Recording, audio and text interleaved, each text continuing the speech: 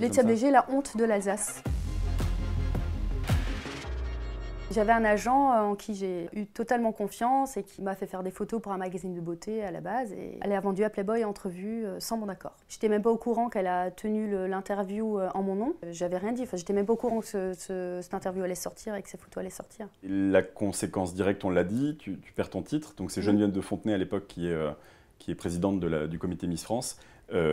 Comment ça s'est passé concrètement avec elle, la relation, l'échange? Alors ce qui s'est passé, c'est que quand j'ai récupéré mon téléphone, j'ai découvert le message vocal de Geneviève de Fontenay, qui était très fâchée, vraiment très fâchée. Est-ce que, de ton point de vue, aujourd'hui, ça aurait été vécu différemment, alors que toi, tu es victime d'une trahison, finalement, Geneviève de Fontenay te prend pour unique responsable? Exactement. Et c'est toi qui es puni? C'est vrai qu'elle me prend pour unique responsable, c'est bien dit en fait, mais ça.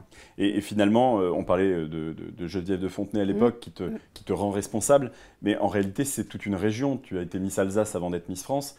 Je crois qu'il y a même des quotidiens en Alsace qui ont titré des choses, la honte de l'Alsace, quelque chose Laetitia comme ça. Béger, la honte de l'Alsace. Alors qu'en même temps, il y avait des profanations de cimetières, enfin, il y avait aussi des choses assez graves qui se passaient.